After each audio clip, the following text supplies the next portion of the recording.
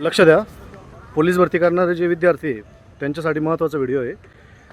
भरपूर विद्यार्थी सप्लिमेंट सुरू करायचा विचार करत आहे किंवा काही विद्यार्थ्यांची सप्लिमेंट वगैरे चालू आहे. म्हणजे ऑलरेडी काही विद्यार्थी प्रोटीन घेत आहे, क्रेटीन घेत आहे. तुम्हाला काही प्रोफेशनल टिप्स देतो आहे की ज्याच्याने तुम्हाला सप्लिमेंटचा मॅक्सिमम फायदा झाला पाहिजे. बरोबर.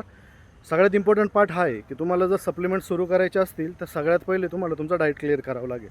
भरपूर मुलांचा प्रॉब्लेम काय माहिती आहे का, त्यांचा जो घरी डाएट आहे, जे जेवण जो आहार आहे तो त्यांचा अजूनही परिपूर्ण नाही आहे. म्हणजे उदाहरणार्थ त्यांचा प्रोटीनचा जो काही लेवल आहे, म्हणजे घरी खाण्यापिण्यातून म्हणतो आहे मी, तो त्यांचा इनकम्प्लीट आहे. भाजीपाले त्यांच्या डाएटमध्ये नाही आहे, स्प्राउट्स त्यांच्या डाएटमध्ये नाही आहे, प्रोबायोटिक त्यांच्या डाएटमध्ये नाही. म्हणजे दही झालं, बाकीच्या गोष्टी झालं. फक्त हे काय करताय माहिती आहे का, काहीतरी खाता, कुठेतरी वडापाव खाणार, भत्ता खाणार, थोडाफार डाएट घेणार, मेथचं जेवण आपण करणार आणि त्याच्या व्यतिरिक्त सप्लिमेंट चालू ठेवणार. तर अशा वेळेस सप्लिमेंट काम करत नाही, हे लक्षात ठेवा तुम्ही.